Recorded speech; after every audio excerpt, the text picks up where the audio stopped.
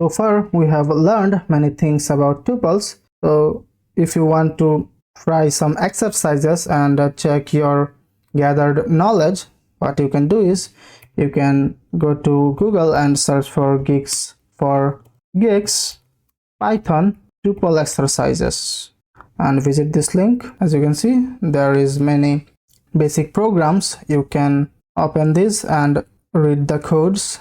You can copy them and go to your PyCharm and paste them and play with these codes to practice more. So it is a great resource here to find some basic problems and to play with them. By the way, if you want to do some question answers practice, then what you can do is you can search for W3 Schools Python tuple exercises. Then open this link, and as you can see, there is many topics like tuples, access tuples, update tuples, unpack tuples. Then visit one of them. Now it will ask some questions. For example, which one of these is a tuple? So we know this is the one.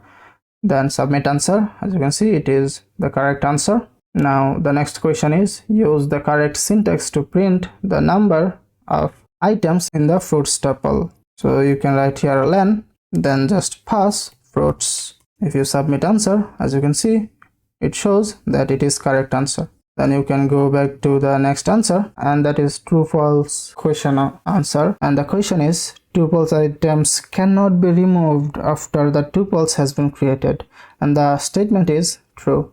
So if you submit answer, you can see every answer was correct. You can close this, okay, and go to the next topic.